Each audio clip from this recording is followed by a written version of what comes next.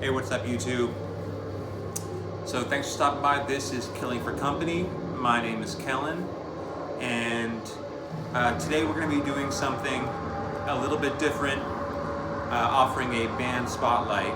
But before we get started, we are listening to Acrotheism in the background. This is a black metal band out of Greece. This album is entitled Law of the Seven Deaths, off of Osmos Records in 2019.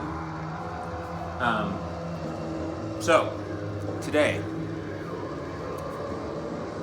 I wanted to do something different, and I'm gonna offer just sort of a band spotlight for this episode, based on a traditional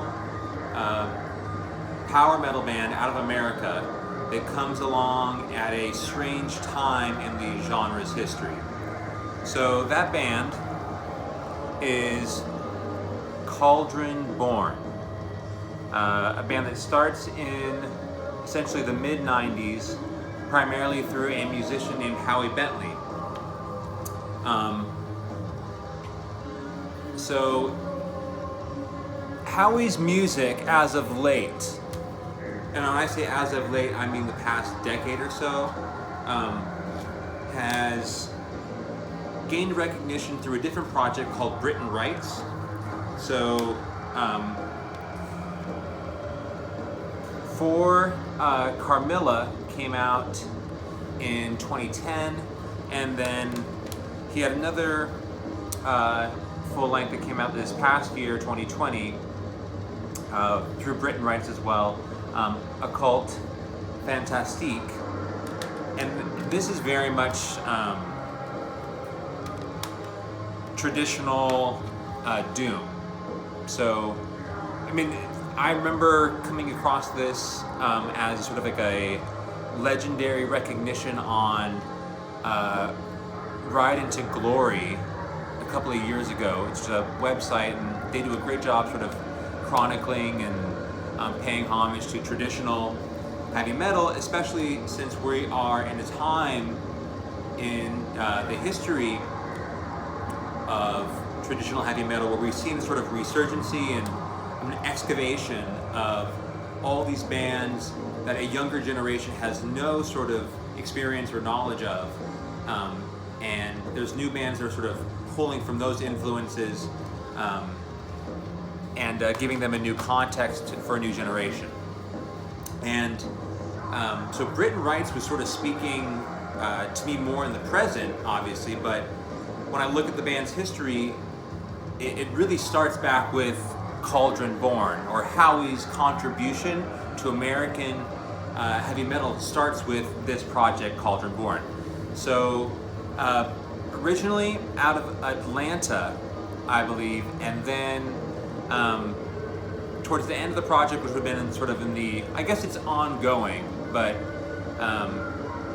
and technically the band's still active, but not in the same capacity that it is on this, which I would consider their quintessential release from '97, I believe, entitled Born of the Cauldron. Now this is a remastered version that Howie's own label, Echoes of Crom, which is now based here in Eastern Kentucky, released, and the remaster got his blessing. But what makes this interesting for me is the time period in which it occurs. So if you're thinking about what, subgenres of metal are exploding at the late 90s and early 2000s, American power metal is not one of them. Now, I would say there's a great discussion that Alan over at Let's Talk Metal and Marty Worm had. They really sort of did a broad but incredibly interesting conversation about the history of power metal, and put a spotlight on the American contribution in a way that I had not seen discussed outside of places like online forums and so forth. It's a great discussion. I will link to it in the video below. But the key part of that discussion is they talk about how the American scene sort of is dying off in the 90s. There's some few bands that carry it, but it's really sort of the emergence of Europe onto the scene. Specifically a kind of European power metal that ends up sort of defining the genre in the decades to come. So specifically, Hammerfall, Ravensire, bands like that, at that point in the genre's history, end up sort of being the greatest or most dominant force that defines what's to come. Where the American kind of power metal, it falls off the scene. So Cauldron Born comes within that kind of historical context. And they are, Howie in this, so he talked about this here, he wanted to create, he must have been in his mid to late 20s, wanted to create the most metal sounding record ever. And it's inspired by bands like Cirith Ungol, Hellstar, and, well, not American release, Very Metal. It's definitely got elements of shred on it, so Malmsteen's an influence as well. He's the guitarist and writes the lyrics, the principal songwriter, the driving creative force behind the project. And thematically, it's very much rooted in all of the fantasy themes and tropes established within epic heavy metal, but sonically, it's definitely pulling from a bit more of the speed to thrash part of American power metal.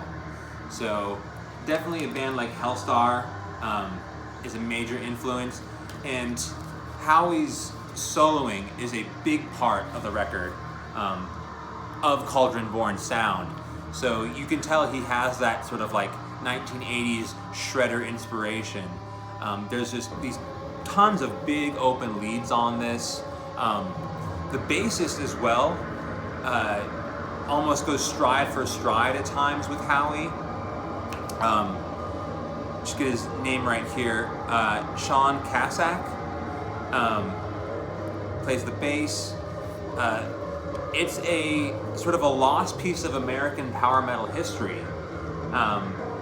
And I've got a couple of the albums here. So this is God of Metal. So this is a collection of demos prior to the release of their first full length.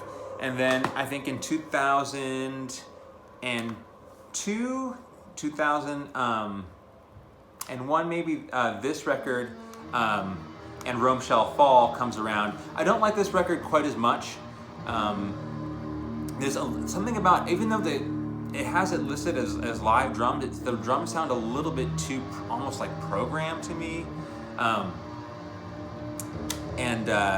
So I would, it's, for a true power metal, if you're someone out there who absolutely loves power metal and wants to collect everything and wants to check out Cauldron Born, if you want to be a completist, go for this. But if you want my recommendation, you just really need to pick up Born of the Cauldron. This booklet here is awesome. So he's got an introduction. He even talks about song for song, sort of the lyrical inspiration, and it's everything that you would expect from epic heavy metal. In terms of folklore, there's Lovecraft here. It just, everything that people associate with the subgenre. This is taking everything that had been inspired in the 80s and then forgotten in the 90s, and sort of in the face of all that opposition and momentum towards other, loud or aggressive music. He's pulling back from pulling towards that history. I just want to pull this out here. So this is from the God of Metal. And I don't know who do credit for the artwork on this, but you pull it out, and I'm pretty sure that is Howie riding a dragon and holding a severed head. I don't know if the camera's going to be able to pick this up, but there are some decapitated bodies that are lying in this pool of water or river below, and they're wearing band t-shirts. So I think one has an Offspring t-shirt, one's got a Pantera t-shirt, Foo Fighters. The dragon's eating a guy who's wearing a Korn t-shirt. So if you think about, the time period in which he's putting out his music and the kind of mission statement that Cauldron Born is, it's kind of this unrepentant love affair towards the epic sword and sorcery style of American power metal that just falls off the face of the earth in the 90s for the most part. And because it just comes at an odd place in American heavy metal history, I don't think it gets a lot of recognition. I mean, the geographic sort of component to that as well. It's Atlanta. It's not in the in the Bay scene or in the Northeast where you get a lot of recognition or exposure. So it's so many different factors working against it in terms of it gaining acclaim and recognition. But Born to the Cauldron, I think it should be considered an American power metal classic. So if you dig Hellstar and Cirith Ungol, even someone who maybe doesn't love Yngwie Malmsteen's albums, but you love phenomenal guitar work, please check out this record. And I'd even go far, like, this is not the original release, but Howie gave his blessing in terms of the remaster job to this album, and Echoes of Crom, is the one selling it, which is benefiting him as a record label owner and distributor. They're on Discogs. You can get them on Bandcamp, I believe, as well.